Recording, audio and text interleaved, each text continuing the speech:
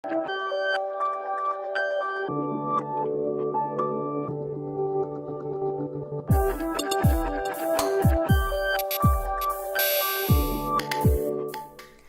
à toutes et à tous et bienvenue dans Connect, le live 100% objets connectés. Aujourd'hui, j'ai l'immense plaisir d'accueillir Alexandre Dutel. Bonjour. Bonjour.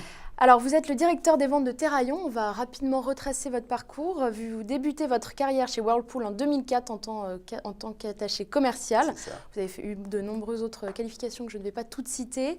En 2011, vous rejoignez LG Electronics en tant que responsable grand compte. Et depuis 2013, donc, vous êtes directeur des ventes de Terraillon. Vous êtes notamment en charge du développement de la santé connectée.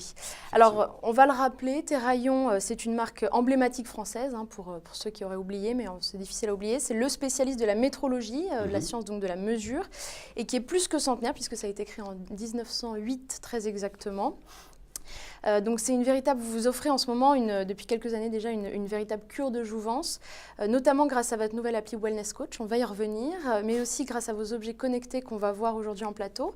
Et vous étiez pour la première fois au CES, là, début janvier, il y a quelques semaines, à l'instar de nombreux groupes français. Qu'est-ce que vous y avez présenté ? Alors, on a présenté sur le CES 3 choses. C'est Wellness Coach dont on parlait tout à l'heure et sur lequel on reviendra, j'imagine, donc qui est notre nouvelle application qui nous permet de regrouper 100% de l'écosystème connecté Terraillon. Et puis, on a présenté 2 nouveautés majeures qui sont Web Coach EasyView, donc la première plateforme de pesée sans écran, avec un écran qui est déporté que je peux positionner. Donc c'est un pèse-personne ? C'est un pèse-personne, effectivement, qui n'a pas d'écran sur la plateforme et avec un écran qui est déporté, que je peux positionner au mur, sur une tablette, directement sur le pèse-personne, mais qui a l'avantage d'offrir une lisibilité que je n'avais pas auparavant, et puis qui a un look en plus assez étonnant. Bête, si je me pèse dans le salon et que quelqu'un regarde dans la cuisine, ça marche quand même ? Ça peut fonctionner, effectivement, ça fonctionne. Et puis on a présenté également la vraie innovation de cette année, qui est NutriTab. C'est une des premières balances de cuisine connectées, qui est connectée donc, sur la nouvelle application Wellness Coach, et on vous présentera tout à l'heure, si vous voulez bien, le fonctionnement de ce produit. Avec plaisir. Et vous avez également un petit tracker d'activité. Effectivement, alors ça on ne l'a pas lancé sur le CES, c'est un produit qu'on avait lancé en 2013, donc un petit tracker qui nous permet de compter le nombre de pas qu'on fait dans la journée et les calories qu'on a brûlées en marchant. D'accord. Alors quel est l'objet qui a fait le plus sensation, qui a été le mieux accueilli au CES ? Alors c'est NutriTab, parce que sans avoir communiqué énormément sur le produit, on a vraiment des gens de toute nationalité qui sont venus sur notre stand en nous disant qu'ils avaient entendu parler d'une balance de cuisine connectée en cherchant à comprendre comment ça fonctionne. Donc on a eu beaucoup de questions et on a été extrêmement étonnés de l'engouement que suscite un produit comme NutriTab. Donc vous y attendiez pas ? On s'y attendait un petit peu, mais le produit est assez spécialisé sur des personnes qui ont des vraies problématiques de poids, des problématiques assez lourdes, et on ne pensait pas qu'elle pouvait s'adresser à un nombre aussi important de consommateurs. Et donc c'est vraiment la bonne surprise du CES, c'est ce qui nous démarque aussi, entre autres, de ce que peuvent proposer certains de nos concurrents. Alors à quoi ça sert NutriTab ? C'est une balance de cuisine, ça sert à peser les ingrédients, ça sert à faire quoi ? Donc c'est un produit qui est connecté directement sur ma tablette, sur mon smartphone, au travers d'une application et qui va me permettre, en fait c'est assez simple, je vais poser l'aliment sur NutriTab qui communique directement avec mon application.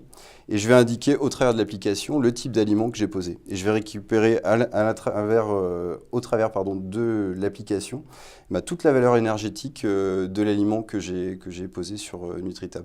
Donc c'est pour finalement vérifier le nombre de calories absorbées au cours d'une journée, au cours d'une semaine. Les calories, les glucides, les lipides, le sodium, les fibres. C'est un vrai intérêt aussi bien pour des gens qui ont un problème de poids général que pour des gens qui ont un problème de diabète, de sodium, etc. Finalement, c'est un produit d'e-santé, quelque part. Exactement. C'est un vrai produit de santé.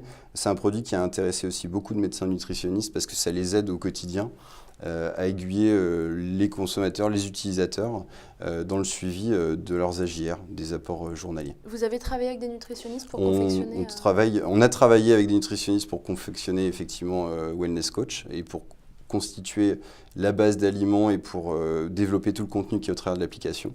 Et ça va aider les nutritionnistes justement à mieux suivre leurs patients au quotidien. Et vous avez peut-être des premiums, des formats premium qui permettent d'avoir un contact avec quelqu'un qui va aider Alors effectivement, c'est une des innovations de la nouvelle application qui sera lancée officiellement la semaine prochaine sur l'App Store. Donc Wellness Coach. Une Wellness Coach.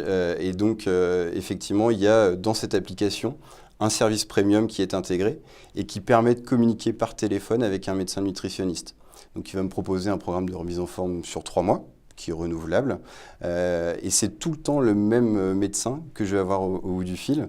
Donc ça veut dire que je suis chez moi, au travail, où je veux un petit peu, dans mon canapé. Sans jamais avoir à rencontrer le médecin. Sans avoir à rencontrer le médecin, mais qui va avoir quasiment plus d'infos que si j'allais dans le cabinet médical, parce qu'il aura toutes mes infos de poids avec ma décomposition de masse grasse, masse musculaire, masse hydrique, parce qu'il aura pu suivre toute mon activité des 2 semaines écoulées au travers de mon tracker. Donc du coup, ça nous amène à Wellness, ça regroupe finalement tous vos objets. Ça regroupe effectivement 100% des objets connectés Therion. Et donc toutes les datas qui vont avec. Toutes les datas qui vont avec, qui effectivement sont stockées chez nous sur nos serveurs, extrêmement sécurisés en France. C'est important parce que les lois nous sécurisent vraiment les données et ça c'est important.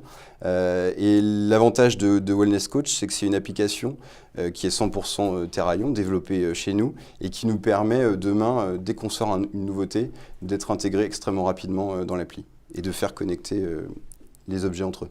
Alors Wellness Coach, ça sort la semaine prochaine. Oui. Et NutriTab ? Au mois de mai. D'accord, donc pour l'instant, si la semaine prochaine je télécharge Wellness Coach, j'ai pas encore NutriTab. Mais j'ai accès à votre pèse personne. Effectivement. Au tracker. Au tensiomètre, puisqu'on en a pas parlé, on vend également des tensiomètres. Donc j'ai effectivement 3 des 4 produits qui sont désormais accessibles sur Wellness Coach. Alors on va un petit peu parler de Web Coach. Ça c'est donc le nouveau qui s'appelle pas Web Coach. Si, Web Coach EasyView, donc pour l'écran déporté, effectivement. Et alors qu'est-ce qu'il a de spécifique par rapport aux autres pèse personnes ? Alors c'est un produit en fait qui me permet d'avoir toute la décomposition de ma masse corporelle.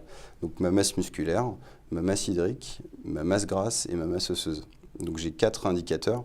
L'intérêt de ce produit-là, c'est que lorsque je fais un régime, souvent mon objectif c'est de perdre de la graisse, de gagner du muscle et de faire en sorte que je ne perde pas trop d'eau parce que j'ai besoin d'avoir un taux d'eau qui est plutôt stable dans mon corps. Et donc ce produit-là en fait vous permet de suivre tout cela. Au travers de la nouvelle application, je vais avoir la possibilité de mixer les courbes et donc d'avoir sur un même graphe ma masse grasse qui, on l'espère, baisse, ma masse musculaire qui monte et je vais voir potentiellement les deux se croiser, ce qui est plutôt positif. Il ne faut juste pas se tromper dans la lecture, parce que exactement. Sinon, ça va poser des petits soucis. Mais voilà, donc c'est un produit qui est complètement issu du savoir-faire historique de Therion sur ce métier, qui est issu également de notre savoir-faire médical, puisqu'on vend, on commercialise depuis des années des produits à destination des hôpitaux, des médecins. Comme quoi, par exemple ? Comme des pèse-personnes non connectés, mais médicaux, qui ont une valeur qui est 15 fois plus importante qu'un produit grand public, et avec des algorithmes qui sont intégrés à l'intérieur, qui sont extrêmement puissants, performants, puisqu'en fait, on a comparé ces produits de la gamme Web Coach, aux résultats qu'on pourrait avoir sur un scanner médical, et globalement, on a 5% d'écart seulement. En termes de résultats. Donc finalement, votre savoir-faire sur les produits médicaux... On l'a transposé effectivement sur les produits connectés. Donc à la maison, chez vous, vous pouvez avoir quasiment la même information que sur un scanner médical qui vaut quelques milliers d'euros.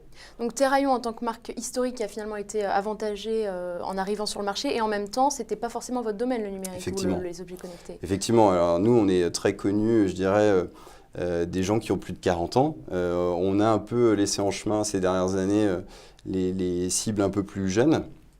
Et donc l'enjeu pour nous, effectivement, c'est de rajeunir notre image, d'aller chercher de nouveaux consommateurs au travers des produits connectés. Mais c'est aussi de s'adresser, je dirais, au plus grand nombre. Therion, c'est une marque historique, ancienne, qui parle à beaucoup de générations. Et donc on utilise aussi notre nom, notre notoriété pour démocratiser le plus possible les produits connectés et faire en sorte que les consommateurs s'intéressent de plus en plus à cette catégorie qui est assez nouvelle et qui pour l'instant est plus connue du distributeur que du consommateur. Et alors concrètement, ce renouveau, il passe par quoi pour être compétitif face à des marques comme WeThings, des petits nouveaux high-tech ? Alors il passe d'abord par du produit, forcément. Ça c'est clair qu'on ne pouvait pas se passer de produits, et des produits qu'on a en plus voulu très designer. C'est-à-dire qu'aujourd'hui, on a un produit qui est complètement différent de l'ensemble de l'offre que vous allez pouvoir trouver sur le marché. C'est rare d'en voir des rondes déjà. Effectivement, c'est un produit, un design qui est 100% terraillon et surtout, on a travaillé vraiment sur l'application et c'est là-dessus qu'on va se différencier le plus de nos concurrents. On ne voulait pas avoir seulement une application qui a un dashboard, un recueil de données, d'historique, de graphes. Ce qu'on voulait, c'est aller beaucoup plus loin et coacher les utilisateurs, leur apporter du conseil. Donc on l'a dit, on a le service premium qui est un vrai service personnalisé. Mais on a aussi, au travers de l'application, toute une gamme de conseils qui vont vous être envoyés 2 fois par semaine. Ça, c'est ce qu'il y a en plus. Donc, on a travaillé avec le corps médical, des nutritionnistes, des cardiologues, sur l'élaboration de contenu, en lien avec les données qui sont récupérées au travers de l'application, et qui vous seront envoyées 2 à 3 fois par semaine pour véritablement vous encourager, vous donner de l'information, vous aiguiller, vous proposer des recettes, des activités, et plein de choses. Donc concrètement, la semaine prochaine, j'obtiens Wellness Coach. Qu'est-ce que je peux faire avec?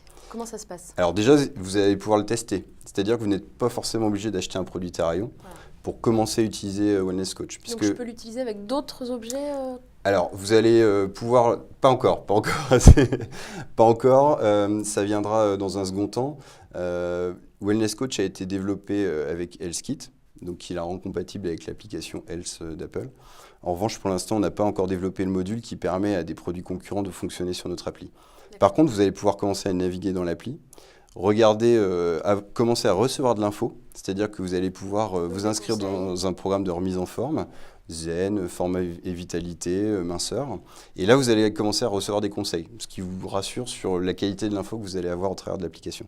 Et si vous voulez aller beaucoup plus loin, au bout de 2 semaines, on va vous proposer de connecter des produits de la gamme Therayon pour justement nous permettre de récupérer de la data et véritablement vous coacher.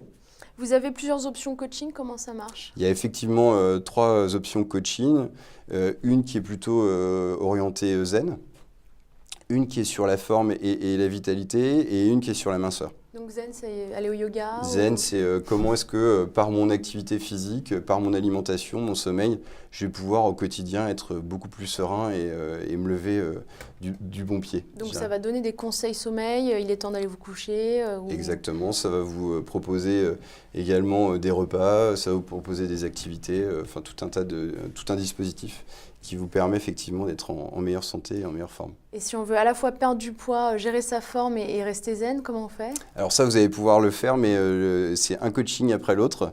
Donc une fois que vous avez terminé un coaching, vous pouvez enchaîner sur le suivant. Et tout cela dure 2 mois. Alors, on va maintenant passer à la start-up de la semaine.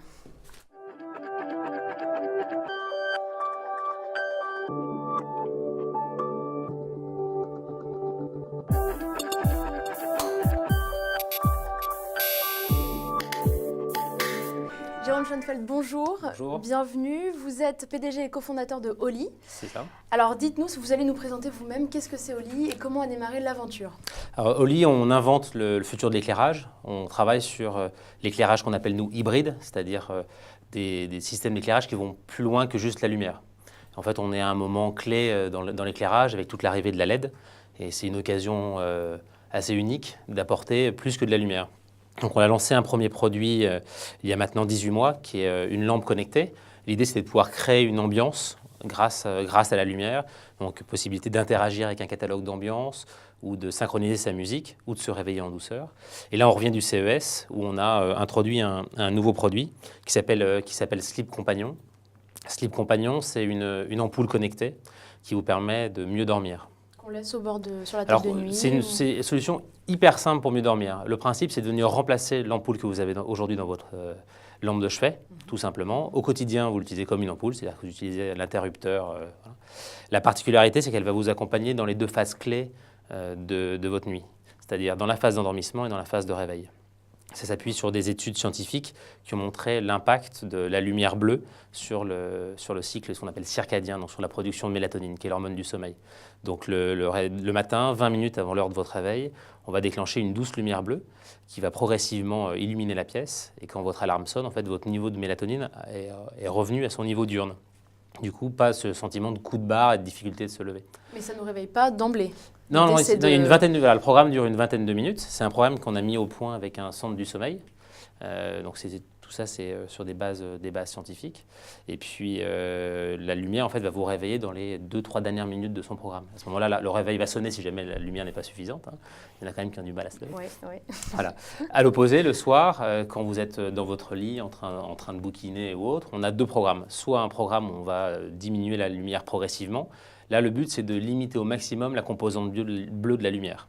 Donc là, on va dans des lumières très rougeoyantes qui vont... C'est très scientifique, c'est biologique. Oui, c'est biologique, tout à fait. Ça s'appuie sur plusieurs études, notamment des études qui ont été menées par la NASA et des études qui ont été menées par la Harvard Medical School. On a aussi un programme de relaxation. Le principe, ça va être de synchroniser votre respiration sur les variations de la lumière. Et là, en général, les gens s'endorment au bout de 6-7 minutes. C'est très efficace. On démarre avec... environ 16 respirations par minute et on finit à 6-7 respirations. Donc ça nous encourage à mieux respirer. Ça nous encourage à lâcher prise. Et où est-ce qu'on module? C'est sur l'appli, on décide quelle option on choisit? Alors le contrôle se fait effectivement par l'application. L'application va donc vous permettre de contrôler la lampe et va vous servir également comme journal de sommeil, de manière de suivre votre sommeil. Nous, ce qui nous intéresse, c'est d'essayer de comprendre quels sont les facteurs qui vont venir influencer la qualité de votre sommeil. Donc il y a deux grandes familles de facteurs. Il y a des facteurs qui sont environnementaux. Donc nous, on va utiliser un certain nombre de capteurs, typiquement la température qui fait dans votre chambre, qui est un des points clés quand on dort mal.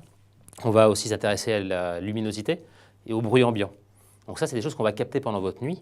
Et le matin, à votre réveil, quand vous allez déclarer « j'ai bien dormi, j'ai mal dormi », on va pouvoir faire une conjonction entre ces éléments-là et enregistrer les données. Là où on va encore plus loin, c'est que nous, on va venir s'interconnecter avec d'autres objets connectés. Alors, pas encore avec Terrarion, on n'a pas encore regardé ça. Mais typiquement, nous, on est en mesure de venir récupérer des données de chez Netatmo, par exemple. Donc, eux, ils ont une station météo, donc on va être capable de récupérer le niveau de CO2 que vous avez dans votre chambre. Donc, c'est une indication de confinement et de mauvaise qualité de l'aération dans votre chambre. Vous allez dire, ouvrez la fenêtre On pourra, effectivement. Tout ça, on va récupérer donc, des éléments d'environnement de la chambre, des événements liés à votre activité physique, parce qu'on peut avoir des liens directs entre la quantité d'activité physique et la qualité de sommeil, votre variation de poids. Voilà. Donc, tout ça, on vient récupérer. Vous êtes en e-santé. Alors nous, on est à la frontière. À titre personnel, je ne crois pas beaucoup au modèle du wearable. Voilà, on ne multipliera pas les bracelets et on n'aura pas 15 bracelets au bras. Entre le bracelet du contrôle de l'accès, celui pour ma forme, celui quand je vais courir, quand je fais du tennis, etc. Ça me paraît difficile de réussir à avoir... Seul, ça suffit. Un Terrarion, ça suffit. Alors il faut qu'il soit encore plus doté d'intelligence pour être capable de bien discerner ces différentes activités. Donc nous, on est vraiment à la frontière entre la maison consciente et la forme. On est vraiment dans cette frontière-là et on est persuadé que l'objet connecté ne doit pas uniquement ramener de la data, ce qu'on fait nous, on capte la luminosité, la température ou le bruit ambiant, mais avoir une vraie capacité d'action. Et en fait, c'est nous, la capacité d'action, c'est la lumière qui va nous la donner. C'est de la luminothérapie ? Alors on peut appeler ça de la luminothérapie. Alors c'est un terme un peu galvaudé qui a servi à vendre beaucoup de produits plus ou moins fondés en termes de recherche scientifique. Nous, c'est des produits qu'on a développés donc avec un centre du sommeil qui s'appuie sur des études scientifiques et qui sont aujourd'hui en phase d'évaluation clinique. Et alors concrètement avec Sleep Companion, est-ce que je mets par exemple une fourchette, je voudrais me réveiller entre 8h et 8h30, mais je laisse la lampe entre guillemets décider... Réagir en fonction de votre cycle du sommeil. Alors ce n'est pas encore le cas aujourd'hui. Aujourd'hui, pour connaître, ça fait partie des options. En fait, typiquement, quand je parlais d'interconnexion avec d'autres objets connectés, nous, on supporte les services d'un bracelet comme Jawbone ou comme celui de Fitbit. Jawbone peut nous donner les variations de cycle de sommeil. Du reste, dans ceux qu'on a testés, je fais de la pub gratuite pour eux, mais dans ceux qu'on a testés aujourd'hui, je n'ai pas testé Terrarion encore, hein, mais dans ceux qu'on a testés, c'est celui qui est le plus fiable. Je ne dirais pas ceux qui sont les moins fiables, hein, mais il y a quand même un énorme écart. Et donc, grâce à ça, oui, on pourra ajuster. Mais en fait, il y a un très gros mythe autour du cycle du sommeil et des moments pour vous réveiller. Globalement, nous, en ayant ce cycle de réveil qui dure 20 minutes, au moment où vous allez ressentir les bienfaits de la lumière, en fait, vous serez dans un moment de réveil plus facile. Alors, on couvre cette période-là, ouais. Alors, est-ce que Terrarion songe à faire des lampes ? Alors effectivement, c'est un sujet qu'on est en train d'explorer parce que justement, on commençait à traiter, je dirais, du sommeil au travers de nos trackers d'activité. Et le prolongement du sommeil, c'est le réveil. Et donc, on imagine effectivement lancer ce genre de produit en lien avec notre bracelet connecté dans les mois à venir. Alors, il y a beaucoup de questions d'internautes. Je vais vous les poser à vous deux en même temps. Est-ce que les données sont bien protégées? Alors, on va peut-être commencer avec Terraillon. Alors effectivement, nous, elles sont extrêmement protégées chez un prestataire à Nanterre, pour être très précis, avec sur des serveurs extrêmement sécurisés. On respecte à 300% toutes les règles de la CNIL et on est très vigilant à ce genre de sujet parce que effectivement là on est sur de la donnée de santé personnelle et donc on ne peut pas se permettre de faire n'importe quoi. Vous avez des questionnements d'utilisateurs? Alors il n'y en a pas encore beaucoup parce que les gens n'ont pas conscience du potentiel que peuvent avoir ces données si elles sont mal exploitées. En tout cas, nous, on n'a aucune vocation en tant qu'entreprise à utiliser ou à vendre ces données, c'est très clair.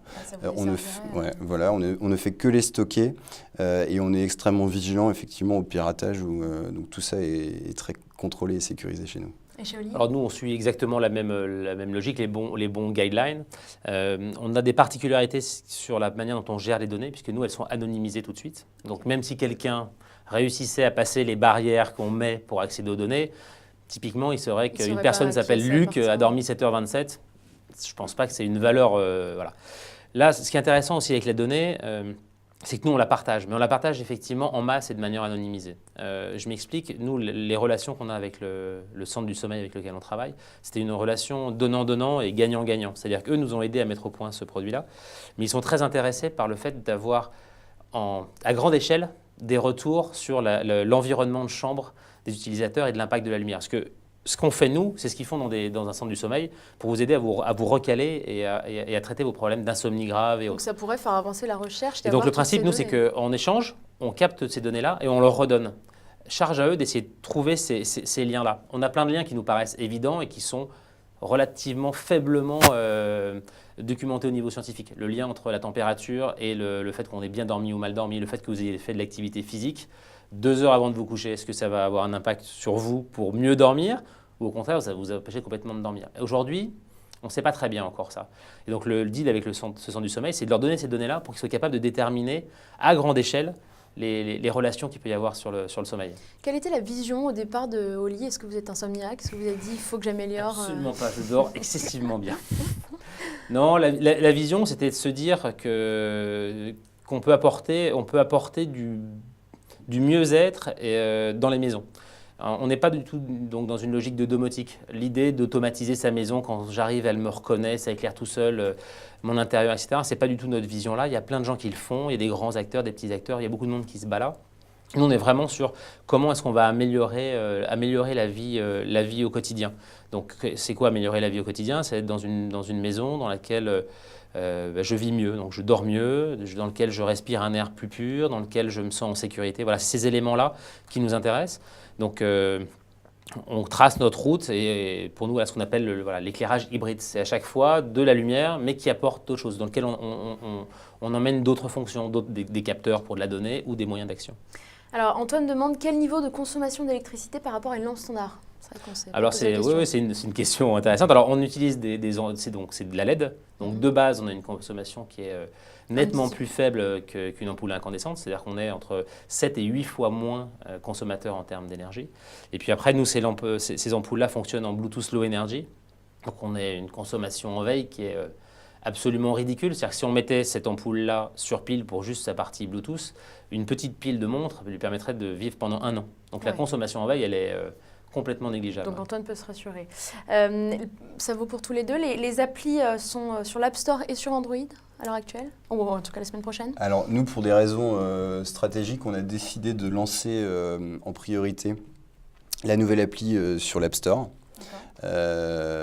Et on lancera cette version quelques mois suivantes sur Android, en sachant qu'on a notre ancienne version d'appli qui fonctionnait déjà, qu'on peut utiliser sur Android, mais on démarre avec Apple. D'accord. Nous, les applications, elles sont disponibles sur les deux plateformes. Alors, c'est toujours beaucoup plus compliqué de développer pour Android. Il y a une fragmentation du marché avec plein de produits différents, plein de tailles d'écran, des systèmes d'exploitation qui ne sont pas tous les mêmes, et puis ensuite des téléphones, des hardware qui sont différents. Et donc, dès que vous êtes un produit physique qui interagit avec un autre produit physique, quand ce n'est pas tout le temps la même chose, c'est excessivement compliqué. Donc, on fait, mais c'est beaucoup plus compliqué. Voilà. Donc, on a souvent plus de bugs sous Android, en tout cas dans les phases initiales, parce qu'il faut tester, retester avec plein de produits différents. Ouais. Bon, alors on va parler un petit peu du marché des objets connectés ensemble. Selon une estimation, donc les estimations de Gartner, on va passer à peu près de 5 milliards d'objets connectés en 2015 à 50 à 80 milliards d'objets connectés en 2020, donc d'ici 5 ans. Ils ne prennent pas grand risque, ils mettent de 50 à 80, donc c'est du simple double déjà. Voilà, oui, même plus. Donc à peu près 6,5 objets connectés par personne. Et encore, ça va dépendre des foyers, j'imagine. Est-ce qu'on peut parler de révolution industrielle, d'après vous? Alors, je vais répondre. Alors pour nous, c'est effectivement c'est plus une révolution dans l'usage du produit et dans la valeur ajoutée du produit que d'un point de vue industriel, puisque finalement, technologiquement, ce n'est qu'une puce de plus dans un produit que l'on faisait déjà non connecté depuis des années. Mais pour nous, la révolution, elle est effectivement sur la valeur ajoutée du produit qui se fait, elle, au travers de l'application. Et donc, pour nous, la clé du succès de Terraillon sur ce nouveau marché des objets connectés, c'est vraiment la qualité et les investissements qui auront été faits par la marque et les marques dans les applications.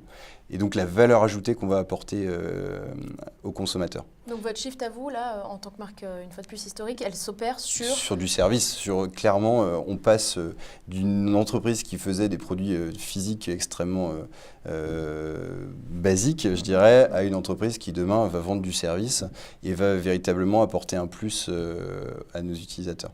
Donc vous allez également rebrander un petit peu Terraillon, comment ça va se passer? Alors on est en réflexion, effectivement. L'objectif de Terraillon, qui est une marque très française aujourd'hui, c'est de s'exporter de plus en plus. Pour certains marchés, on a identifié depuis longtemps que Terraillon, c'est un peu problématique. On pense notamment au marché américain. Donc on imagine peut-être demain. Pour la prononciation, effectivement, c'est pas toujours très évident pour un Américain de dire Terraillon. Donc on imagine effectivement développer des sous-marques pour certains marchés, mais en tout cas, on a vraiment vocation à aller vendre et proposer ces produits en dehors de nos frontières. Et à pas louper le coche. Et puis c'est vrai que quand on voit ce qui s'est passé et l'engouement qu'il y a eu autour des Français au CES, on se dit qu'on a aussi une carte à jouer sur d'autres marchés parce qu'on a une vraie légitimité sur ce marché des produits connectés. Révolution industrielle. Oui, alors moi je rejoins, je ne sais pas si c'est une révolution industrielle, en tout cas il y a un vrai shift où on ne peut plus penser le produit, mais je te rejoins complètement, séparé du service. C'est-à-dire que là on crée aujourd'hui des couples produits-services, ce qui est nouveau quand on était un industriel historique, et on crée aussi une nouvelle relation avec ses consommateurs. Je m'explique, si je suis fabricant de poêles ou de fer à repasser, quand je vends ma poêle ou mon fer à repasser, je ne sais pas qui l'utilise, je ne sais pas comment il est utilisé, et je ne connais pas la vie de ce produit-là. Quand on fait un objet connecté, en fait, toute cette vie, on la connaît. Nous, avec ce premier produit, avec cette lampe, on sait les ambiances qui sont utilisées, donc on peut faire évoluer notre catalogue d'ambiances, donc la qualité du service reçu par le client en live. On sait les types de musique utilisées, on arrive à avoir une connaissance de ses clients qui est exceptionnelle, très fine. Le deuxième élément, c'est qu'on va conserver une interaction avec eux, c'est-à-dire que quelqu'un qui a acheté ce produit-là en magasin, ensuite il va s'inscrire, on va créer une relation directe entre la marque et l'utilisateur. Et ça, c'est quelque chose de très fort. C'est des nouvelles exigences pour les marques. C'est pas dans un sens, c'est pas que nous, on arrive à comprendre mieux ce qui se passe dans les foyers des consommateurs, c'est aussi les consommateurs avec qui on peut échanger en direct. Les réseaux sociaux et autres, tout ça, ça crée vraiment un nouvel univers. En fait. Quoi. Oui, alors c'est une rapidité, puis c'est un lien direct. C'est un lien direct permanent. Même dans l'application, il faut réagir, effectivement, c'est l'instantanéité de la réaction. Mais l'enjeu, encore une fois, c'est la qualité du contenu qu'on va proposer au travers de l'appli. Tout simplement parce qu'on sait qu'aujourd'hui, et je pense notamment au marché du tracker d'activité, il y a énormément de consommateurs qui utilisent le tracker un mois et qui le laissent dans la table de nuit au fond du placard. Parce que récupérer des courbes, c'est un intérêt 3 jours. Et puis après, on a vu qu'on faisait 10 000 pas par jour. S'il n'y a pas d'interaction, justement parler d'interaction, s'il n'y a pas d'interaction avec l'utilisateur, l'intérêt il devient... Et alors, les secrets d'une bonne appli, c'est quoi? Voilà, on pourra refaire une émission là-dessus, mais concrètement, en tant que fabricant, on pense à quoi quand on se dit qu'il faut se démarquer, il faut faire une bonne appli? Alors, elle doit fonctionner sans mode d'emploi. Pour moi, c'est le critère numéro. Alors, hyper simple. Et voilà, on donne ça à un enfant, il doit tout de suite comprendre à quoi elle sert et comment elle fonctionne. Ça, c'est le critère numéro 1. 2, c'est qu'effectivement, elle apporte un véritable plus dans l'usage. Si c'est juste faire une application de visualisation de courbe ou juste de télécommande d'un produit en disant tiens, je vais faire de la couleur rouge, de la couleur bleue, ce qu'on peut faire aussi avec cette lampe-là, et qu'on s'arrête là, c'est qu'on n'a pas compris. Le but, c'est d'aller beaucoup plus loin, c'est d'apporter de la valeur ajoutée à un produit grâce au service. Donc cette application-là, elle doit être à la fois super simple, mais super complexe dans le service qu'elle apporte. Voilà. Et c'est cet équilibre-là qui est pas facile à trouver. Et je pense qu'on a, je sais pas si c'est la culture française ou l'écosystème français qui crée ça, mais je pense qu'il y a un vrai savoir-faire qui se développe. C'est en partie une connaissance de l'univers numérique, parce qu'il y avait plein de gens qui avaient plein de boîtes dans le jeu à une époque. Voilà. Je ne sais pas d'où ça vient. C'est une voie qui a été tracée aussi par des plus gros, des Parrot, des WeSings, etc. Et en fait, ça crée un bouillonnement culturel. Du coup, on se jauge aussi par rapport à nos pairs. Donc, voilà. Donc, c'est un... Alors, vous deux qui étiez au CES, qu'est-ce que vous avez pressenti de comment le vent va tourner en 2015 sur les objets co? Est-ce que vous avez senti si je me trompe, mais j'étais pas au CES les années précédentes, mais on nous a dit que c'était l'espace réservé aux objets connectés était déjà 5 fois plus important que l'année dernière. Il sera encore beaucoup plus important l'année prochaine. Donc c'est une vraie tendance de fond. La seule question, je dirais, c'est à partir de quand est-ce que, d'un point de vue consommateur, le marché va vraiment décoller fortement? Il se passe des choses. Les fabricants, il n'y a pas de souci, ils sont au rendez-vous. Pour l'instant, la demande, est-ce qu'elle est là? Les fabricants sont au rendez-vous, les distributeurs sont au rendez-vous. Maintenant, c'est le consommateur qu'il faut amener sur ces produits-là et à qui il faut expliquer pourquoi est-ce que je vais payer mon pèse-personne 5 fois plus cher qu'un pèse-personne classique. Qu'est-ce que je vais tirer comme bénéfice? Et peut-être aussi que le consommateur, finalement, n'y s'y retrouve pas encore parce qu'il y a une telle marée, il y a tellement de produits, c'est une jungle. Comment on s'y retrouve là-dedans? Il y a plusieurs choses. D'abord, il y a une très grande asymétrie entre le buzz médiatique et l'intérêt médiatique sur les objets connectés et la réalité dans les magasins. Là, c'est un énorme écart. Donc, n'oublions pas que c'est un marché récent et comme tout marché récent, au départ, on s'adresse à des early adopters qui sont en général des hommes, des geeks, 25-34 ans, plutôt urbains, voilà, plutôt CSP+, etc. Pour l'instant, la bascule de cette population de geeks à grand public, elle commence à se faire sur certains produits. Ça commence à être un peu le cas sur certains trackers d'activité, ça peut être le cas sur des stations météo. Il y a d'autres produits où pas encore et pas du tout. Donc ça, c'est le premier élément à garder en tête. Le deuxième élément, pour rebondir et pour faire un petit bilan du CES, c'est la multiplication de l'offre. Et dans cette multiplication de l'offre, tout ne survivra pas. Le CES, c'est la foire à tout ce qui est possible, c'est un peu un concours l'épine. Donc alors au milieu de tout ça... Est-ce qu'elles se posent la question, les marques, est-ce qu'on est légitime sur ce terrain-là? Est-ce qu'on ne va pas se casser un petit peu les dents? Est-ce qu'on y va? Et pourquoi on y va? Alors ça, il faudrait peut-être demander à des grandes marques leur choix et leur positionnement. Ce qui est sûr, c'est que pour ce qu'on voit, si je prends certains... Voilà, je prends le tracker d'activité, j'en fais pas, donc je suis d'autant plus libre pour en parler. Le tracker d'activité, on en a vu énormément de produits bas de gamme chinois avec très peu de valeur. Et puis on voit des très grandes marques de l'électronique qui arrivent dans le segment. Donc pour résister au milieu, il faut avoir des propositions de valeur fortes. Donc ça peut passer par l'esthétique du produit, ça peut partir par une histoire, un poids. Ça peut partir par l'histoire, ça peut être donc l'histoire, le design du produit, donc son aspect esthétique, le service qui est avec, sa présence en distribution, c'est ça qui va faire la différence. Mais effectivement, le tracker, il y en avait des centaines de possibles. Effectivement, tout survivra pas. Voilà. Bon alors lesquels resteront à la fin? L'histoire nous le dira. Voilà, ça, on se retrouve dans 5 ans. Merci infiniment à tous les deux d'avoir participé à Merci cette émission. On se retrouve la semaine prochaine, même jour, même heure. À la semaine prochaine.